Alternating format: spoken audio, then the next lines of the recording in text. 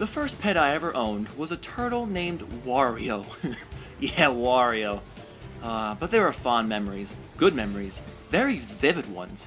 Like when I left him at the beach, and for how slow-paced and far behind he was, he knew exactly what route to follow me home! Then he suddenly started zipping about in the air, like how all other turtles take to the skies, and instead of curling up in his shell, his defense mechanism was to shower his aggressors with a fireball! Let's not forget how quickly a turtle's growth spurt can be, about 100 times its size in a matter of a few days! Try hiding a pet like that from your dad. Yeah, not that easy, but it definitely reminds me of my Wario. Rest in peace, buddy. But you can't hide the fact that this is a Gamera movie. Yeah, this little guy is the star of the next and final Gamera film to date, the 2006 Gamera the Brave. This will be the first time I've ever seen this movie, and I did no prior research on the movie's plot, so I thought, at least at first, the film was a continuation of the Heisei 90s trilogy.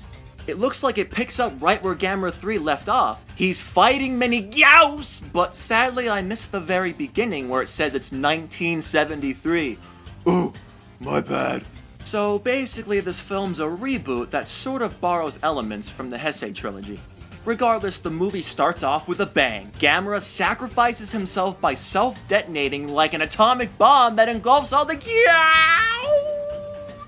And all that takes place in the first 3 minutes, because the rest of the movie takes place in 2006 and focuses on the relationship between a boy named Toru and a newly hatched Gamera he names Toto.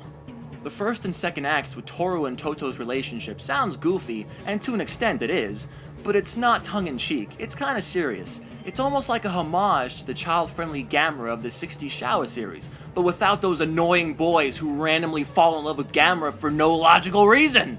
Here, all the children actors are very competent and intriguing to watch. They're kind of relatable. I mean, doesn't every boy for fun try to pull each other's pants down? Well, me and the first shift guys at work do this to grow closer together as a team. Yeah, anyway, Toru has a strainful relationship with his father. He's not a worthless dad, just absent in his life. But Toru must also overcome the loss of his mother, who he still thinks about a lot, and Toto the Gamera is that last connection he holds with his mother. She was taken from him in a car accident a year ago, and he doesn't want the same to happen to Toto, fearing that he'll self-destruct just like the Gamera from 1973. The bonding between the two was done well, and it's understandable, but the third act gets a little bizarre. A lot of things are left unexplained, like what the purpose of this giant red stone is in relation to Gammy. And why in a zombie-like trance these random kids will blindly run with the stone toward danger, and when his or her progress is impeded, they hand it off to another zombified kid. Why do all these children suddenly have a deep passion for Gammy? It makes no sense! And I like it like that. Whenever the film appears to stray off into Fantasyland, ooh, it drops us right back into reality. A giant monster suddenly appears from behind a cliff and gobbles people up. Well, a giant monster isn't exactly reality, but the reality of a sudden life-changing moment is the same, whether it be an earthquake, a multi-car pileup, or a terroristic attack. This new monster named Zetus is pretty tame, anatomically speaking, when you compare him to other Gamera monsters.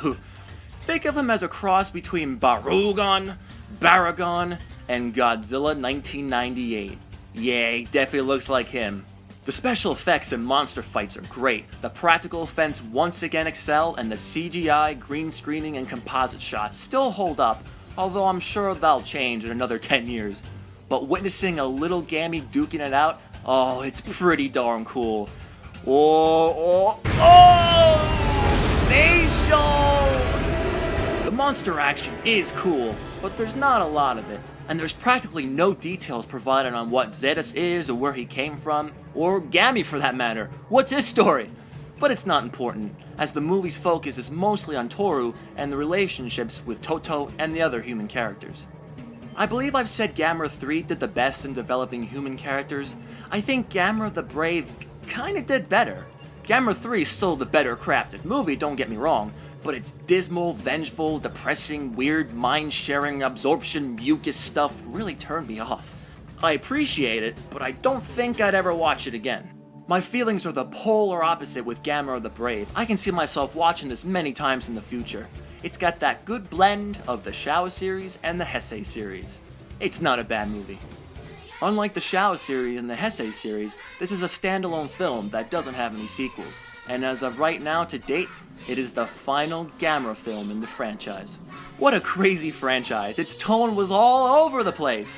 But regardless if you're watching Gamera for the laughably bad quality or for pristine polished quality, it's booming with entertainment from the first film